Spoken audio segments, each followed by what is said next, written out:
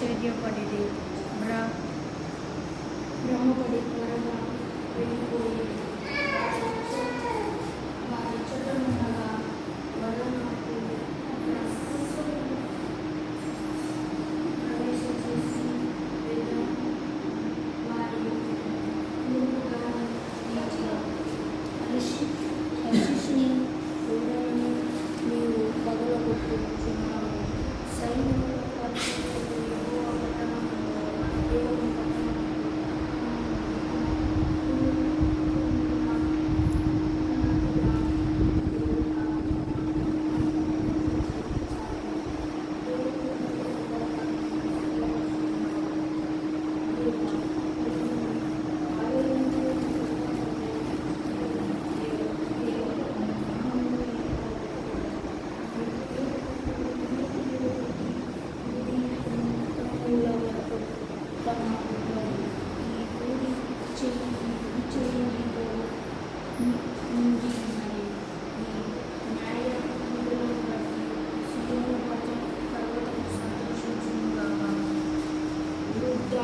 పట్టణములో కుమార్తెకు ఆనందించుడుగాక.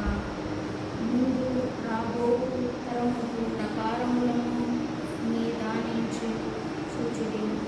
దాని నగరములలో సంచరించుడి, వాటికి చూడిడి. నీ దేవుని సదాకాలము మనము దేవుడై ఉన్నాడు. మరణము వరకు ఆయన మనల్ని నడిపించున్నాడు. చక్కగా చదివి వినిపించాడు. కనుక ఈ ఎండాకాలం సెలవు దినాలలో ఎక్కడెక్కడో తిరగాలని ఆశలు వదులుకొని ఇళ్ళకాడే మీ పిల్లలకు దేవుని వాక్యం నేర్పించండి. వాడు రహస్య ధననిధులు ఎదుగుతూ ఉన్నాడు, ఎందుకంటే వానికి అలవాటు ఉంది కనుక ఈ వేసవి దినాలలో ద్వితీయోపదేశకాండం 4వ అధ్యాయములో దేవుని లేఖనములను పఠించుట, ధ్యానించుట, పరిశీలించుట, కంఠస్థం చేయుట సకల జనుల కంటే తెలివైన వారు అంట. ద్వితీయోపదేశకాండం 4వ అధ్యాయం. ఏ జనమునకును ఏ దేవుడు ఇలాగూ ఉన్నాడు అనే మాట మనం చూస్తాం. 4వ అధ్యాయము 6వ వచనం ద్వితీయోపదేశకాండం. ఈ కట్టడలన్నిటినీ మీరు గైకొనవలనని అనుసరింపవలను. వాటిని గూర్చి విను జనుల దృష్టికి అదే మీకు జ్ఞానము, అదే మీకు వారు చూసి నిశ్చయముగా ఈ గొప్ప జనము జ్ఞాన వివేచనల గల జనమని. చూసారా, దేవుని వాక్యము నీ పిల్లలకు నేర్పిస్తే సమాజమే సాక్ష్యం ఇస్తుందంట. ఏమని? ఈ జనము గొప్ప వివేచన గల జనము. ఎందుకంటే ఈ దినాలలో పిల్లలు పెద్దలను గౌరవించుట అనేది లేదు. ఇప్పుడు భర్త భార్యను ప్రేమగా చూసుకోవాలనేది ఉండడం లేదు. భార్య భర్తను ప్రేమగా చూసుకోవాలనేది తప్పిపోతూ ఉన్నది. కానీ క్రైస్తవ కుటుంబములో అలా కాదు. నేనును నా ఇంటి వారును అని బైబిల్ సెలవిస్తూ ఉంది. 48వ కీర్తన 9వ వచనం. దేవా, మేము నీ ఆలయమునందు నీ కృపను ధ్యానించితిమి. దేవా, నీ నామము ఎంతో గొప్పది, నీ కీర్తియు భూదిగంతముల వరకు అది గొప్పది, నీ కుడి చెయ్యి నీతితో నిండి ఉన్నది. ఏమంటున్నాడు భక్తుడు? దేవా, నీ ఆలయములో మేము నీ కృపను ధ్యానించితిమి.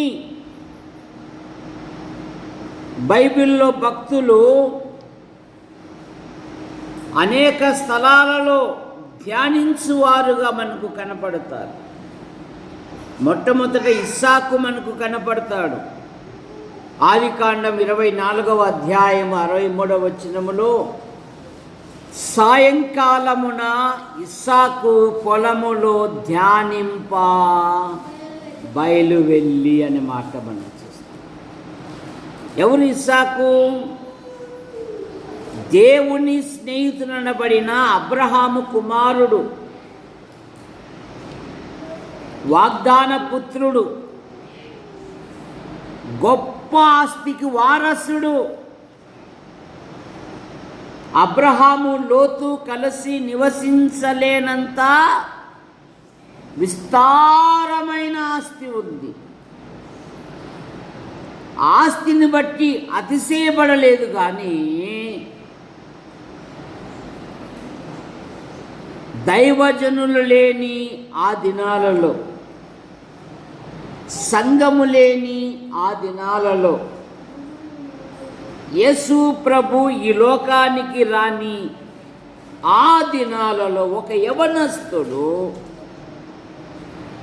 దేవుని క్రియలను, దేవుని అద్భుతములను, దేవుని మహత్కార్యములను ధ్యానించుటకు ఒక సమయము కేటాయించుకున్నాడు. ప్రతిరోజు సాయంత్రమున దేవుని క్రియలను ధ్యానించుటకు. ధ్యానించే అనుభవం ఉందా సహోదరుడా? నీ ఆధ్యాత్మిక జీవితములో ఒట్టి మాటలతో, ఒట్టి జీవితముతో, ఒట్టి భక్తితో కొనసాగుతున్నవే కానీ అందులో భక్తి సాధకం ఉండడం లేదు. జాగ్రత్త. ధ్యానించుట అలవరుచుకోవాలి విశ్వాసి. యెహోషువతో దేవుడు అదే కదా వాగ్దానం ఇచ్చినది. యెహోషువ గ్రంథం 1వ అధ్యాయము 8-9 వచనాలలో ఈ ధర్మశాస్త్రమును నువ్వు తప్పిపోకుండా ధ్యానించున్నట్లు, దివారాత్రము ధ్యానించిన ఎడలా నీ మార్గములను వర్ధిల్ల చేసుకొని నువ్వు చక్కగా ప్రవర్తిస్తావు. నేను నీకు ఆజ్ఞ ఇచ్చి ఉన్నాను కదా, నిబ్బరము కలిగి ధైర్యముగా ఉండుము. నీవు నడుచు త్రోవలో నీవే కాదు నేను కూడా ఉన్నాను అంటున్నాడు. నేను నీతో కూడా ఉన్నాను కదా. ఎప్పుడుంటాడు? దేవుని క్రియలను ధ్యానించువానితో ఉంటాడు. దేవుని వాక్యమును పఠించువానితో ఉంటాడు. ధ్యానించుట వలన నీ పనులు, నీ ప్రయత్నములు సఫలమవుతాయి. 1వ కీర్తన అదే కదా 2వ వచనం. యెహోవా ధర్మశాస్త్రమునందు ఆనందించుచు దివారాత్రము దానిని ధ్యానించువాడు ధన్యుడు. అతడు నీటి కాలమున యోర నాటబడిన వాడై ఆకు ఆడక తన కాలమందు ఫలమిచ్చు. అతడు చేయదంతయు, ఆమె చేసేదంతయు సఫలమవుతుందంట. ఎప్పుడు? దేవుని గ్రంథమును. ఈ మొబైల్ ఫోన్ వచ్చినాక ధ్యానించుట అనేది దూరమైపోతూ ఉంది. కానీ భక్తులైతే గనక దేవా నీ ఆలయములో నీ కృపను మేము ధ్యానించితిమి. 77వ కీర్తన 77వ వచనం,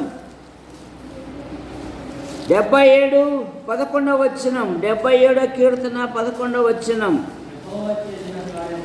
యెహోవా కార్యములను పూర్వము జరిగించిన నీ ఆశ్చర్య కార్యములను మేము మనస్సునకు తెచ్చుకొందును. సరే, మర్చిపోకూడదు. నీ జీవితములో, నీ కుటుంబములో, నీ ఆధ్యాత్మిక జీవితములో ప్రభువు చేసిన కార్యములను నువ్వు మర్చిపోకూడదు. ఏమంటున్నాడు? యెహోవా చేసిన కార్యములను, పూర్వము జరిగిన నీ ఆశ్చర్య కార్యములను నేను మనస్సునకు తెచ్చుకొందును. నీ ధ్యానమంతే, నీ కార్యమంతయు నేను ధ్యానించుకొందును. నీ క్రియలను నేను ధ్యానించుచున్నాను. దేవా, నీ క్రియలను, నీ ఆశ్చర్య కార్యములను, నీ అద్భుత కార్యములను నేను ధ్యానించుచున్నాను.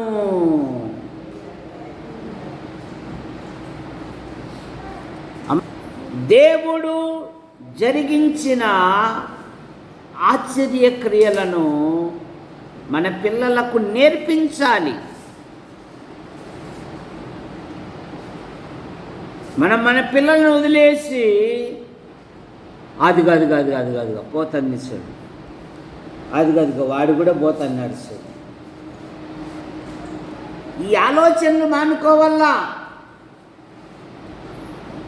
నా కుటుంబం పాడైపోతుందని ఆలోచనలు ఉండడం లేదు చాలామందికి. జాగ్రత్త.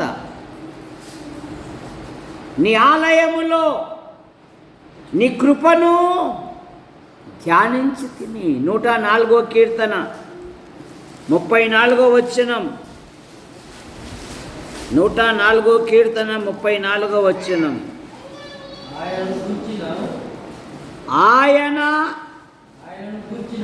ఆయనను గూర్చిన నా ధ్యానము ఆయనకు ఇంపుగా ఉన్నది.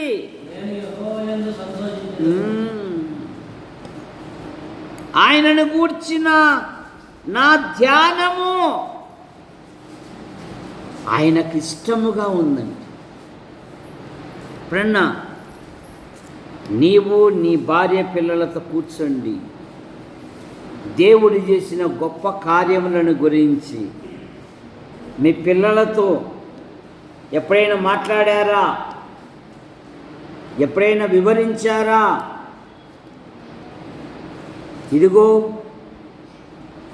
ఆ చిన్నవానికి వారి తల్లిదండ్రులు ఏమని నేర్పినారు? నైనా మనం దేవుని సంతానం.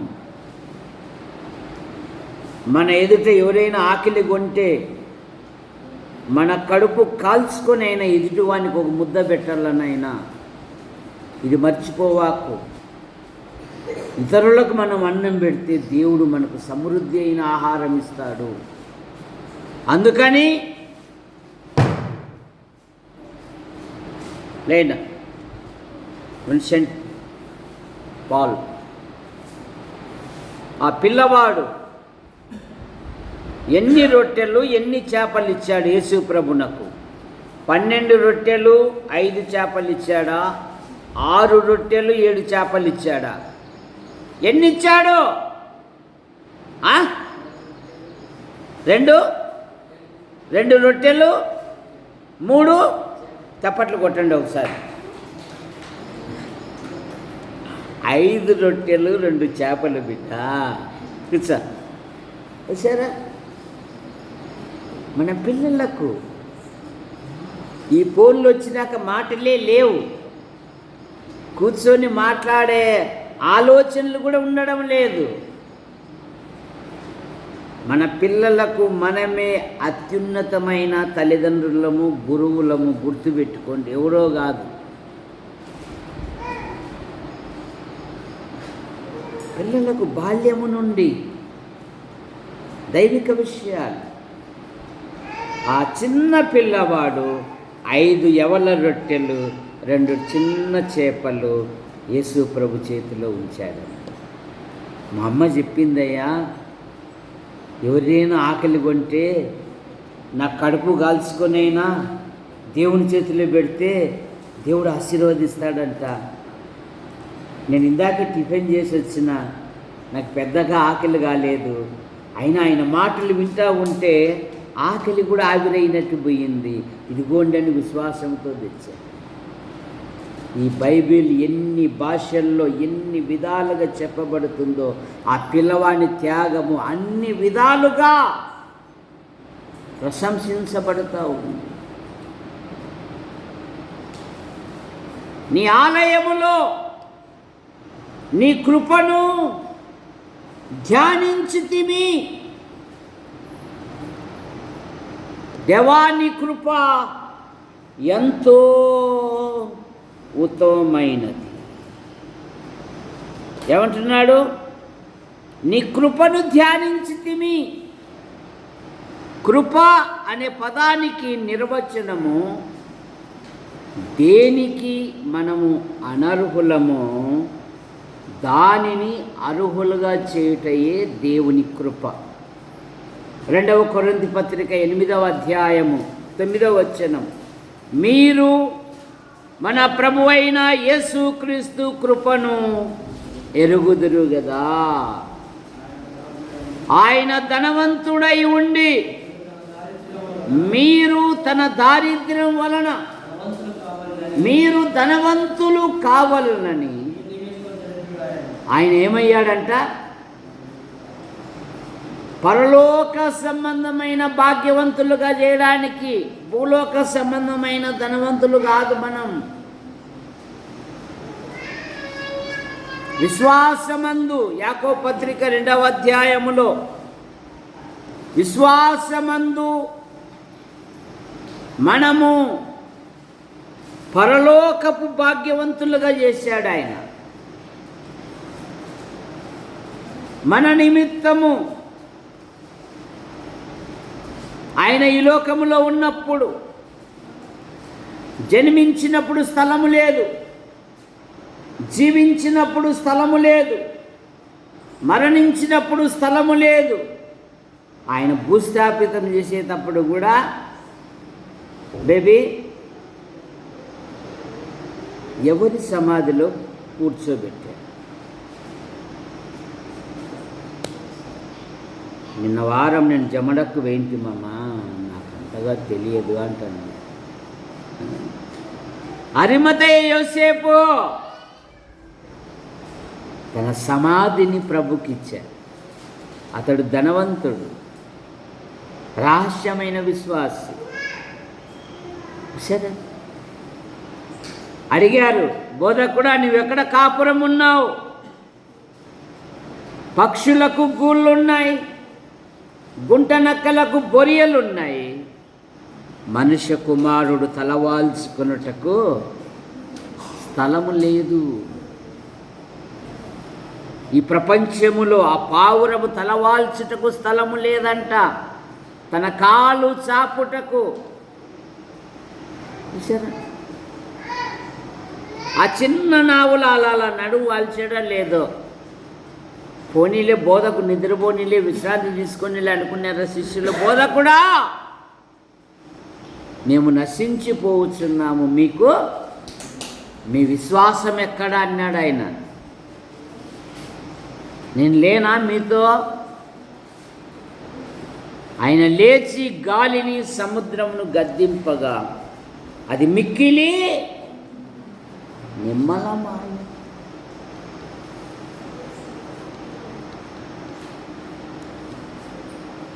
దేవుడు మనలను తన కృప చేత రక్షించుకున్నాడు.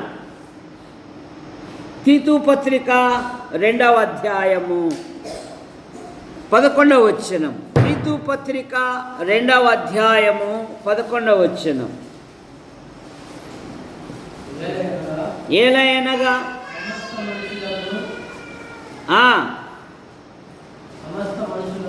సమస్త మనుషులకు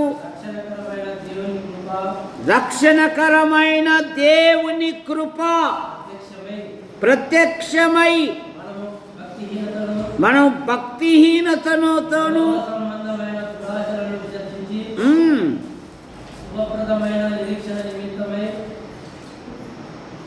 అనగా మహాదేవుడు మన రక్షకుడైన యేసుక్రీస్తు మహిమ యొక్క ప్రత్యక్షత కొరకు ఎదురు చూచుచు స్వస్థతా బుద్ధితోనూ నీతితోనూ బ్రతుకుచుండవలనని మనకు బోధించుచున్నది. ఆయన సమస్తమైన దుర్నీతి నుండి మనలను విమోచించి సత్క్రియల యందు ఆసక్తి గల ప్రజలను తన కోసము పవిత్రపరుచుకొని తన సొత్తుగా చేసుకొనుటకై తన్ను తానే మన కొరకు అర్పించుకొనెను. ఇక్కడ ఒక శ్రేష్టమైన మాట ఉంది. ఏ మాట కనిపెట్టండి.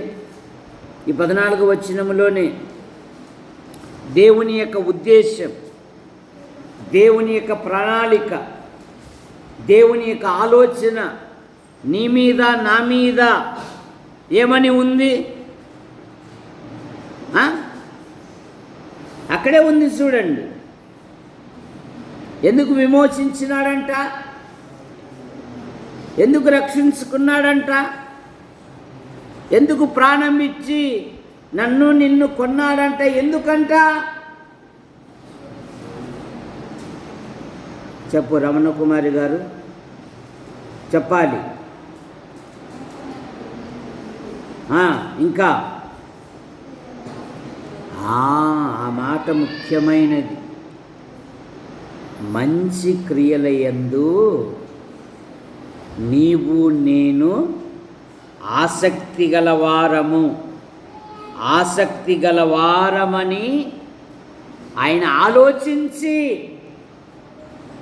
సరే అనానీయతో సౌలును గురించి ఏమంటున్నాడు? ఇతడు నా నామమును భరించుటకు నా సాధనము అన్నాడు. ఏమన్నాడు? ఊరికి ఏర్పరచుకోలే నిన్ను నన్ను, సత్క్రియల యందు ఆసక్తి గల జనమని కోరి జగత్ పునాది వేయబడక మునిపే ఏర్పరచుకున్నాడు. మరి ఏ క్రియల యందు ఆసక్తి నీకు? దేవుని క్రియల యందునా, లోక సంబంధమైన క్రియల యందునా? ఆలోచించు ఒకసారి.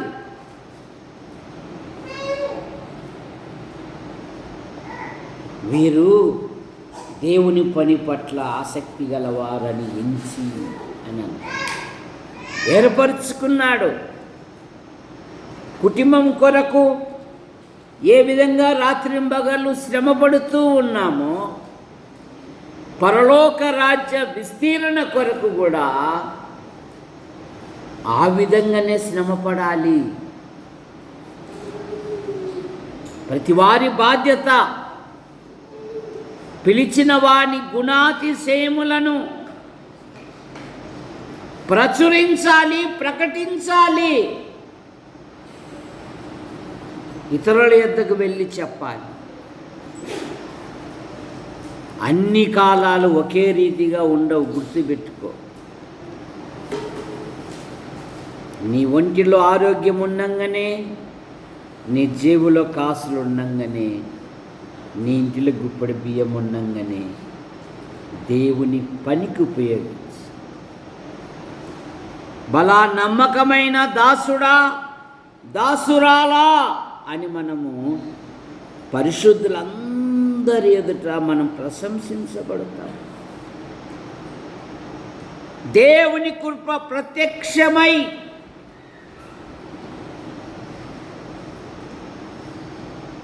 దేవుని ఎరగని మన కొరకు. రోమాపత్రిక 5వ అధ్యాయంలో మీరు పాపులై ఉండగా, మీరు భక్తిహీనులై ఉండగా, మీరు శత్రువులవై ఉండగా ఆయన మనల్ని రక్షించుకున్నాడు, ఆయన మనల్ని విమోచించాడు. రోమాపత్రిక 3:24లో కాబట్టి నమ్మువారు ఆయన కృపచేతనే ఉచితముగా ఖచ్చితముగా నీతిమంతులుగా తీర్చబడితిరి. రెండవ మాట 119వ కీర్తన 76వ వచనం. 119వ కీర్తన 76వ వచనం.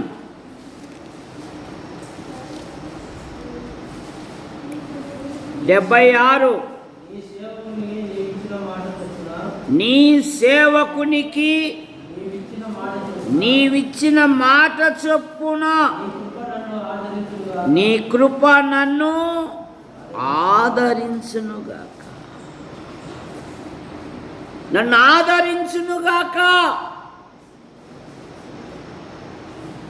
ఆయన ఆదరణకర్త. యోసేపు యాకోబు చనిపోయినాక ఇక ఇప్పుడుందిరా అసలు కథ. యోసేపు గాడు ఆ ముసలోడు ఉన్నంత వరకు ఏమనలేదు, ఇప్పుడు ఉందిరా, వాడు తీర్పు తీర్చక ఉనిపే మనమే యోసేపు దగ్గరికి పోదాంపా అని తమ బలహీనతలో ఒప్పుకుంటున్నారు. యోసేపు కన్నీళ్లు కారుస్తూ నేను దేవుని స్థానంలో ఉన్నానా, మీరు నాకు కీడు చేయ ఉద్దేశించిది కానీ బహుజనులను బ్రతికించున్నట్లు అది మేలుకే ఉద్దేశించెను. నేను మిమ్మును మీ పిల్లలను పోషించదనని చెప్పి వారిని ఆదరించి వారితో ప్రీతిగా మాట్లాడినాడు. ఆదికాండం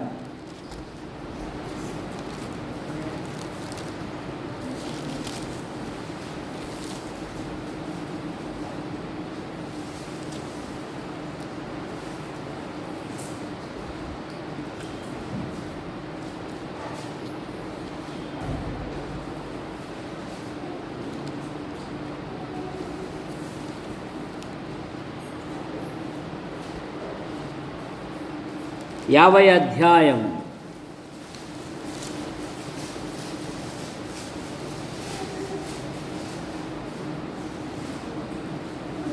చదవండి. 16, 17 వచనాలు. నీ తండ్రి చావకమునుపు ఆజ్ఞాపించినదేమనగా మీరు యోసేపుతో నీ సహోదరులు నీకు కీడు చేసిరి గనక దయచేసి వారి అపరాధమును వారి పాపమును క్షమించుడని చెప్పుడనెను. నీ తండ్రి అయిన దేవుని దాసుల అపరాధము క్షమించుమని. యోసేపు ఇలాగూ మాట్లాడుచుండగా భయపడకుడి, నేను దేవుని స్థానమందు ఉన్నానా, మీరు నాకు కీడు చేయ ఉద్దేశించిది కానీ నేటి దినమున జరుగునట్లు అనగా బహు ప్రజలను బ్రతికించున్నట్లు అది మేలుకే దేవుడు ఉద్దేశించాను. కాబట్టి భయపడకుడి, నేను మిమ్మును మీ పిల్లలను పోషించదనని చెప్పి వారిని ఆదరించి వారితో ప్రీతిగా మాటలాడెను. ఆదరించు దేవుడు మన దేవుడు. దేవా, నీ సేవకుని నీ మాట చొప్పున నన్ను ఆదరించు. ఆయన ఆదరించు దేవుడు. రెండవ కొరింథీ పత్రిక 1వ అధ్యాయము 3వ వచనములో ఒక శ్రేష్టమైన మాట మనకు దొరుకుతుంది. కనికరము చూపు తండ్రి సమస్తమైన ఆదరణ అనుగ్రహించు దేవుడు. ఎవరంట? కనికరము చూపు తండ్రి సమస్తమైన ఆదరణ అనుగ్రహించు దేవుడు. నువ్వు శ్రమలలో ఉన్నావా? బాధల్లో ఉన్నావా? ఇరుకుల్లో ఉన్నావా? ఇబ్బందుల్లో ఉన్నావా? నిన్నెవరు ఓదార్చలేకపోయారా? ఓదార్చువాడు రక్షకుడున్నాడు.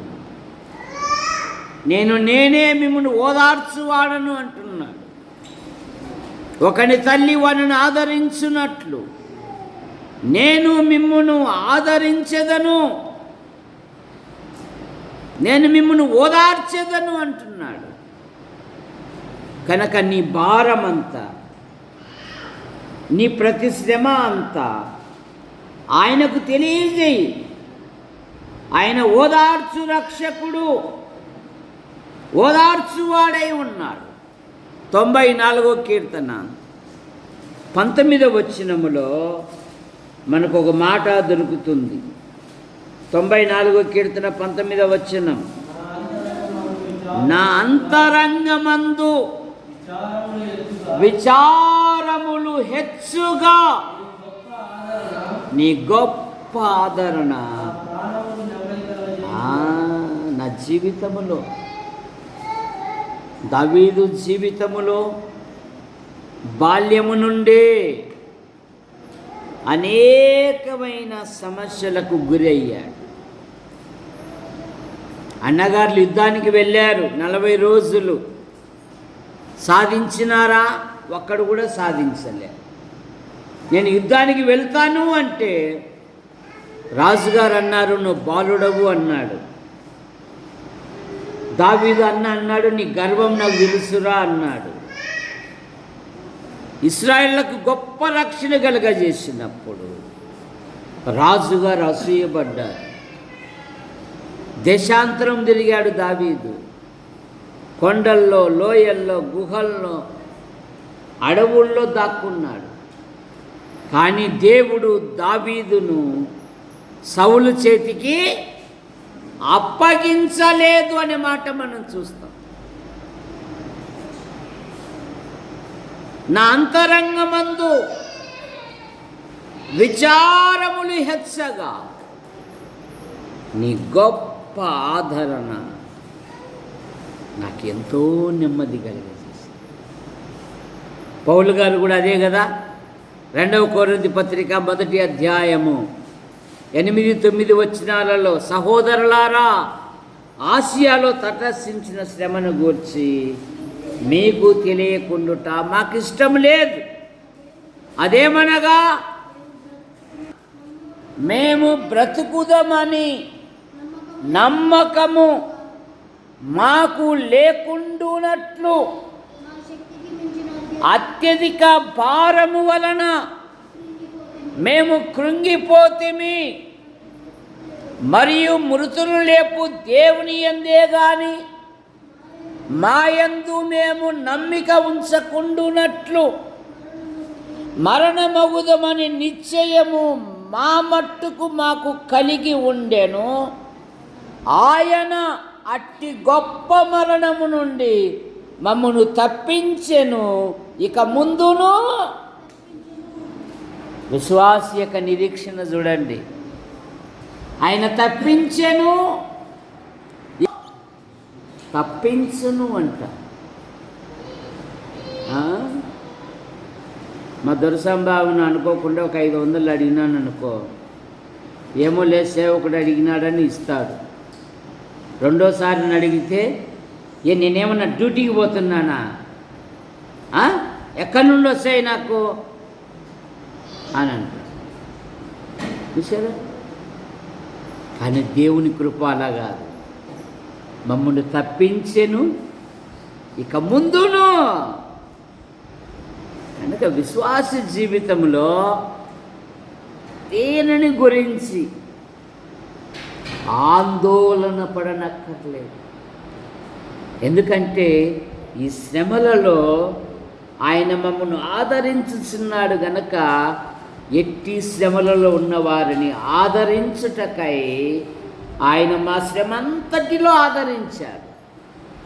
కనుక నువ్వు ఇప్పుడు ధైర్యపరచాలి. నూతనంగా వచ్చే విశ్వాసులను, బలహీనంగా ఉన్న సహోదరులను నువ్వు ధైర్యపరచాలి, నువ్వు ప్రోత్సహించాలి. పేతురు గారు అదే కదా, ఈ గుడారములో ఉన్నంత కాలము మిమ్మును రేపవలెను అంటాడు. మీకు ఇష్టమైతే రండి, కష్టమైతే అనుకోండి అని అనలే. ఏ విధము చేతనైనను మిమ్మల్ని ట్రాక్లో ఉంచాలి. నువ్వు బలపరచాలి, నువ్వు ధైర్యపరచాలి, ఇతరులను ఆకర్షించాలి. ఎన్నో వస్తాయి. ఆయన అట్టి గొప్ప మరణము నుండి మమ్మల్ని తప్పించని ఇక ముందును. 3వ మాట తిమోతి పత్రిక 2వ తిమోతి పత్రిక 2వ అధ్యాయము 1వ వచనము, నా కుమారుడా, క్రీస్తు యేసునందు కృపచేత నువ్వు బలవంతుడవు కమ్మో. నువ్వు బలహీనురాలుగా ఉండకూడదు, బలవంతులుగా ఉండాలి. దేవుని పిల్లలు బలము కలిగి పని చేయాలి. దేవుని పిల్లలు తమ దేవుని ఎరుగువారు, బలము కలిగి గొప్ప కార్యములు చేయుదురు. తిమోతి, క్రీస్తు యేసునందున్న కృపచేత నువ్వు బలవంతుడవు కమ్ము. ఏడైతున్నారబ్బా, ప్రతి దాంట్లో సవటలు అయిపోతున్నారు. బలవంతులు కావడం లేదు, అంతకంతకి ఎదిగే విధానం లేదు. ఆ లేఖనం చదివేకే సరిపోతుంది, ఆ 2 నిమిషాలు ప్రార్థన చేసేకే సరిపోతుంది, ఆ 1 నిమిషం పాట పాడేకే సరిపోతుంది. నేనేమైనా ఈ వారంలో అర్ధగంట వాక్యం చెప్పాను, ప్రభువా నీకు స్తోత్రములు, వచ్చే వారంలో ఇంకా 15 నిమిషాలు పెంచుటకు నీ కృపను దయచేయి అని అడిగేవారు కొరత అయిపోతున్నారు. ఎదగడం లేదు. ముంత మామిడి చెట్లులాగా అట్లాగే ఉంటున్నారు ఎన్ని సంవత్సరాలైనా కూడా.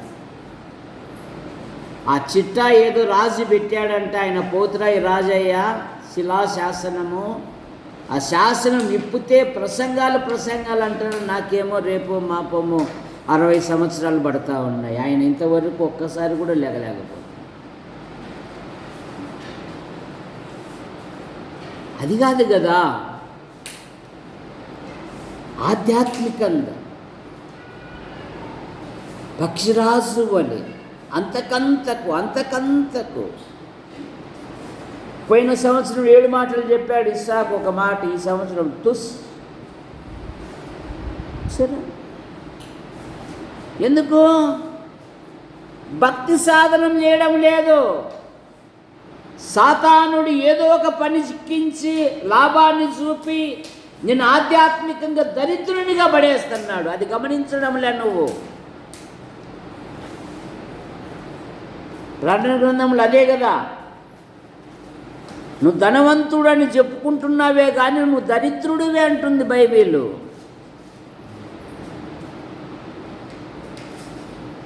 ఆధ్యాత్మిక ధనవంతుగా ఉండాలి.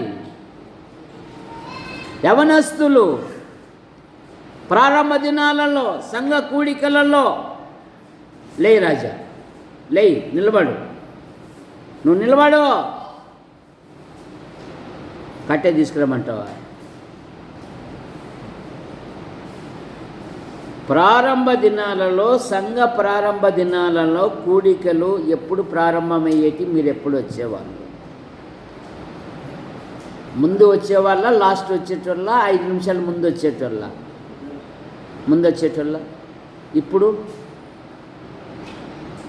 అప్పుడెంత వయసు నీకు? రక్షించబడిన దినాలలో అప్పుడెంత వయసు నీకు? ఒక 25 అనుకుందాంలే. ఇప్పుడెంత ఉంటుంది? ఒక 40 అనుకుందామా? కదా? లేవ 40 కూడా 23ఏనా? అవి ఎంత ఉన్నాయి? ఆత్మ పరిశీలన. మరి ఎక్కడ ఉంటున్నాం చెప్పు? కూర్చో, ఒకసారి పరిశీలించుకోలే కదా. బైబిల్ కూడా ఏమంటుంది? పరిశీలించు అంటుంది. సమస్తమును పరిశీలించి మేలైనది చేపట్టు అంటుందండి. మరి నీ ఆత్మ వంచన చేసుకోకూడదు కదా. ఆత్మ వంచన చేసుకుని జీవిస్తే దేవుని నామానికి అవమానం. ఆత్మ పరిశీలన. భక్తుడు అడిగాడు కదా, దేవా నన్ను పరిశోధించుము, నా హృదయంలో నీకు ఆయాసకరమైనది ఏదైనా ఉంటే దాన్ని తీసివేయి అన్నాడు భక్తుడు. ఏది? బుధవారం కూడికెళ్ళకేది? శనివారం కూడికెళ్ళకేది? ఇంక రమ్మంటావా?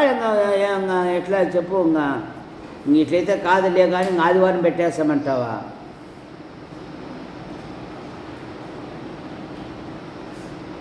అయ్యో, ఇది నా సంఘం, ఈ సంఘములో నేను వాడబడాలి. ఎక్కడ నీ నిర్లక్ష్యం?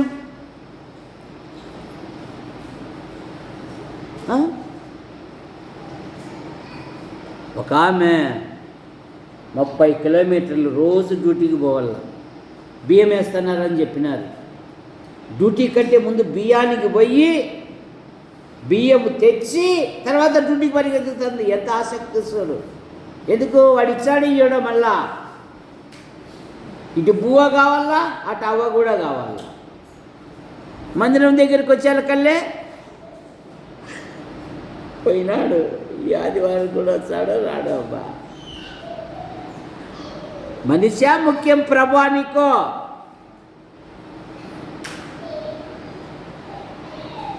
ప్రభు నాకు కావాలనేవాడు వస్తాడు. మనిషి వైపు చూడకూడదు. నువ్వు నేను, నా కుమారుడా, క్రీస్తు యేసునందున్న కృప చేత బలవంతుడవు కమ్ము.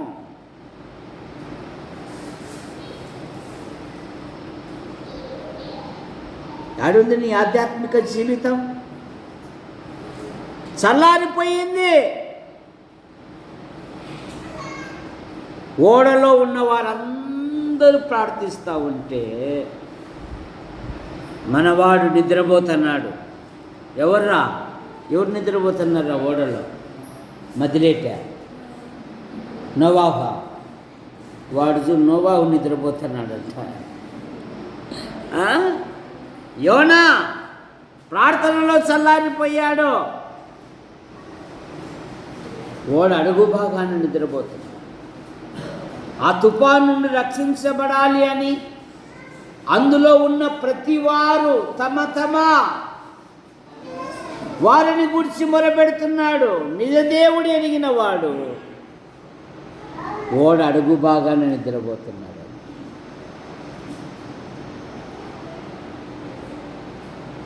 జాగ్రత్త ప్రియుల. ఈ యుద్ధ సమాచారాలను మీరు వింటారు, కానీ మీరు ప్రార్థన చేయండి. మనుష్య కుమారుని ఎదుర్కొనుటకు ధైర్యం ఇచ్చేది ప్రార్థనే. ఎక్కడున్నావు? సంసోను ఒక్క మాట అడిగాడు, ప్రభువా ఈసారి మాత్రమే నన్ను బలపరచు. ఏమని అడిగాడు? దాగోని గుడిలో ఇదొక్కసారే నన్ను జ్ఞాపకం చేసుకో. న్యాయాధిపతుల గ్రంథం 16వ అధ్యాయం.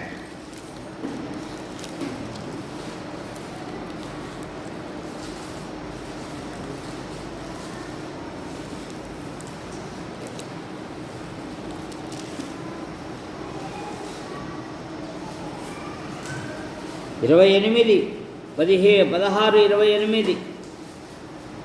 యెహోవా ప్రభువా, దయచేసి నన్ను జ్ఞాపకము చేసుకొనుము. దేవా, దయచేసి ఈసారి మాత్రమే నన్ను బలపరచు. అడిగేవాడు ఉన్నాడా?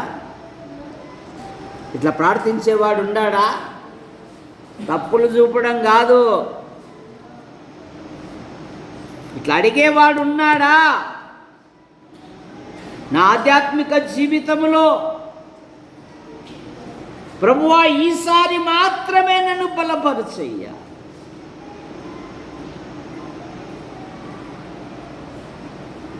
లోక విషయాల మీద ఉన్నంత ఆసక్తి దైవ కార్యాల మీద ఉండడం లేదుగా. ఇదొక్కసారేనయ్యా. సంసోను జీవితములో కంటే మరణములోనే శత్రువులను అంతమొందించాడు. నా ఆధ్యాత్మిక జీవితంలో నేను ఎక్కడున్నానయ్యా? నా స్థానం ఏదయ్యా? ఇది నా స్థానం కాదు కదా. ఆ లోతు రచ్చబండ నుండి బయటికి రావాలా కదా. అక్కడే ఉండిపోయాడు మనవాడు. కుటుంబమే కూలిపోయింది. ఎప్పుడైతే లౌకిక విషయాలకు ప్రాధాన్యత ఇస్తావో నీ కుటుంబం పతనం అవుతున్నదనే దానికి పరాకాష్ట. గుర్తుపెట్టుకో. లోక విషయాలకు, లోక పద్ధతులకు, లోక ఆచారాలకు, లౌకికమైన విషయాలకు జాగ్రత్త. దేవా, నా పిల్లలు నీ సన్నిధిలో జీవించుటకు సహాయం దయచి. నా పిల్లలు దేవుని మందిరంలో కూర్చున్నటకు సహాయం దయచి. మా క్షేమం కొరకు సంఘం ప్రార్థిస్తున్నది కదయ్యా. అది కూడా ఒక ఆచారంగా అనుకుంటున్నావు నువ్వు. ఉండడంలే కృతజ్ఞత. ఈరోజు ఎక్కడ పోతారా? ఆదివారం మందిరంలో ఉండకోకుండా, బుధవారం మందిరంలో ఉండకోకుండా, శనివారం ప్రార్థన రాకుండా ఎక్కడ పోతారు మీరు? రండి. పిల్లపటాలు ఉంటే ఏమైనా తగిలిచ్చింటే కదా 4. మొక్కై వంగంది. వాడెప్పుడైతే లోకస్తులతో సహవాసం కలిగి ఉంటాడో వాని శరీరం కూడా ఇక్కడ కూర్చోలేదు. గుర్తుపెట్టుకో. నువ్వు బలవంతంగా కూర్చోబెట్టినా కూడా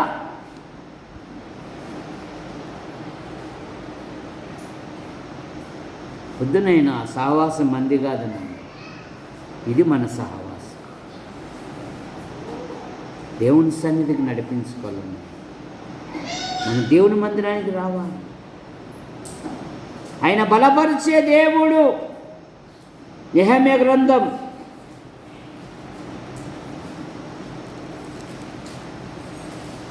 1 దినవృత్తాంతములు 16:27, 16వ అధ్యాయం 27వ వచనం.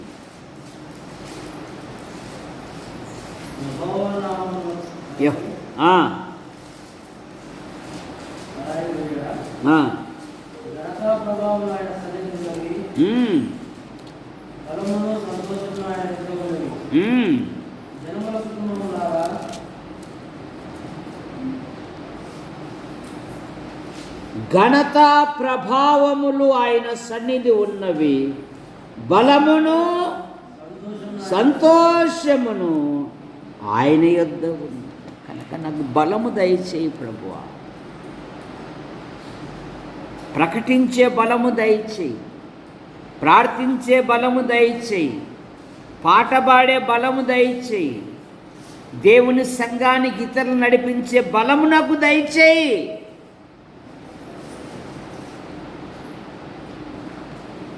బలం అనేది ఎప్పుడు వస్తుందంటే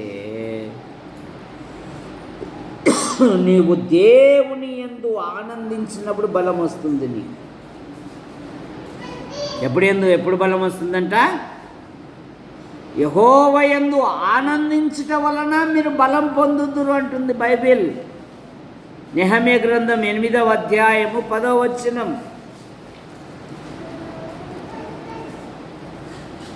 మరియు అతడు వారితో ఇట్లనెను, పదండి భూమిలో మాంసం భక్షించుడి, ఆ, మధురమైన దాన్ని పానం చేయుడి. ఇది వరకు తమ కొరకు ఏమీ సిద్ధం చేసుకునేనో వారికి వంతులు పంచుడి. ఏలయనగా ఈ దినమున మన ప్రభువునకు ప్రతిష్టమాయను. మీరు దుఃఖపడకుడి, యెహోవాయందు ఆనందించుట వలన మీరు బలవంతులు. దేవుని యందు ఆనందించాలి. మరొక మాట 119వ కీర్తన 124వ వచనములో, దేవా నీ సేవకునికి నీ కృప చొప్పున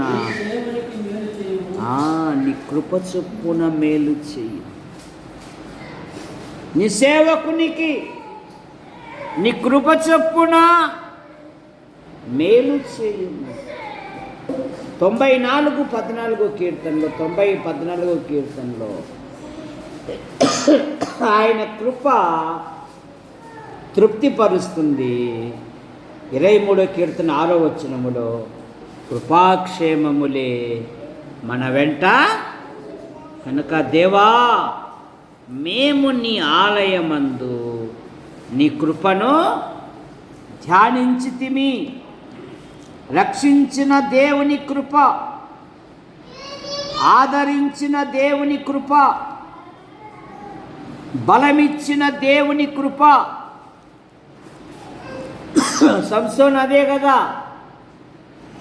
ఈసారి మాత్రమే నన్ను బలపరచుము. పౌలుకి ఎన్ని బలహీనతలున్నా ప్రార్థించినప్పుడు నా కృప నీకు, ఆయన కృప బలమిచ్చును, ఆయన కృప సేవకునికి మేలు చేయును, ఆయన కృప తృప్తినిచ్చును. కృపాక్షేమములే నా వెంట. ప్రార్థన చేసుకుంది. ప్రార్థన. ప్రేమించిన మా తండ్రి, మీ నామాను బట్టి మీకు స్తోత్రములు చెల్లిస్తాం. సహోదరుడు బత్తల దేవదాస్, సోదరిమణుల పిల్లలు ఈ దినమున నీట్ ఎగ్జామ్ రాస్తున్నారు. ఇంకా అనేకమైన పిల్లలు రాస్తున్నారు. ప్రతి సబ్జెక్ట్లో మంచి ఫలితాలతో పాస్ అవుట్ కొనద్దాయి. వాళ్ళకు 5వ తేదీ నుండి 15వ తేదీ వరకు CA పరీక్షలు ఉన్నాయి. మంచి ఫలితాలతో పాస్ అవుటకు మీ కృపను. బిషప్ పెద్ద కుమార్తె స్వర్ణకుమార్ 8వ తేదీ పరీక్షలు ఉన్నాయి. మీ కృపను. జెస్సీ, శ్వేత, మరి నైనా దివ్యాలు MBA పరీక్షలు రాశారు. మంచి ఫలితాలతో పాస్ అవటం మీ కృపను దాయిచ్చి. స్వరూపక్క పెద్ద కోడలు, అలాగే జెస్సీ గర్భవతులు, వారి గర్భాలలో ఉంటున్న పిండాకృతిని దీవించి మంచి పోషకాలు దయచేయండి. అయినా సంతాన విషయంలో అద్భుతమైన సహాయం దయచేయండి. కమలమ్మ సంతానము లేక నీ వైపు చూస్తూ ఉంది. ఆమె భర్తను దీవించండి. సంతాన విషయములో మీ కృపను దయచేయమని అడుగు. సండే స్కూల్ బృందాన్ని బట్టి, మేడం ఆమె భర్త పిల్లలు బట్టి నూతన ఇల్లు నిర్మిస్తున్నారు. అలాగే ఇసాకు కూడా ప్రతి నిర్మాణమును మీరు దీవించండి. మేడం క్షేమంగా వచ్చినట్లుగా మీ కృపను దయచేయండి. ఈ వారంలో జరగబోయే కూడికలను మీరు ఆశీర్వదించండి. చాలామంది బుధవారం రాలేకపోతున్నారు, చాలామంది శనివారం రాలేకపోతున్నారు. కనికరం చూపండి.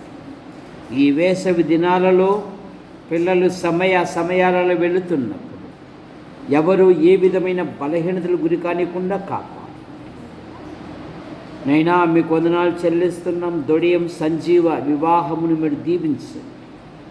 కులై కుమార్తె వివాహమును మీరు దీవించండి.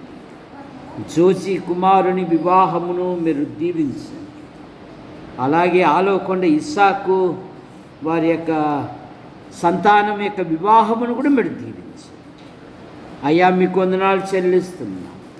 ఈ నూతన మాసములో నూతన స్థలాలు, ప్రదేశాలు, ప్రాంతాలలో మీ కుమారుని ప్రకటించటకు మీ కృపను దయచేయండి.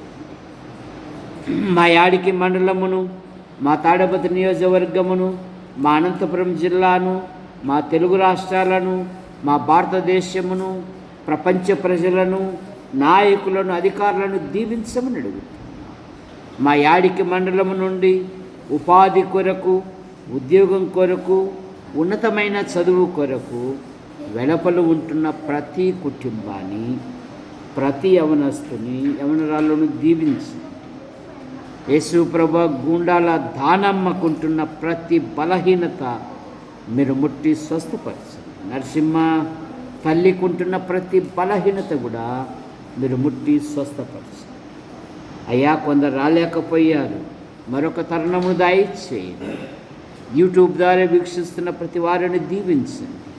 మా కొరకు ప్రార్థిస్తూ, మా అవసరాలు తీరుస్తూ, సమయాలలో సహాయపడుతున్న ప్రతి వారిని కూడా మీరు ఆశీర్వదించండి.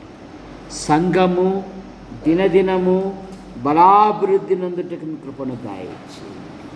పురుషుల బాత్రూమ్ విషయంలో, పైన గోడలు బాత్రూమ్ల విషయంలో, ఎదురుగా ఉన్న స్థల విషయంలో అద్భుతమైన సహాయమును మీరు దయచేయండి. యేసు ప్రభువా మీకు స్తోత్రములు చెల్లిస్తున్నాను. మీ కృపను దయచేయండి. నైనా ప్రతి కుటుంబములో ప్రతి విధమైన అవసరాలు తీర్చమని ఆశీర్వదించే హస్తాలకు అప్పచెప్పుకుంటూ, యవన పిల్లలు ఉన్నతమైన చదువులు చదివి వివాహాల కొరకు, ఉద్యోగాల కొరకు ఎదురు చూస్తూ ఉన్నారు. వారి యొక్క హృదయ కోరికలు కూడా నెరవేర్చమని ఆశీర్వదించే హస్తాలకు అప్పచెప్పుకుంటూ యేసు ప్రభు నామములో ప్రార్థిస్తూ బయలుదేరుతున్నాం తండ్రి. ఆమేన్.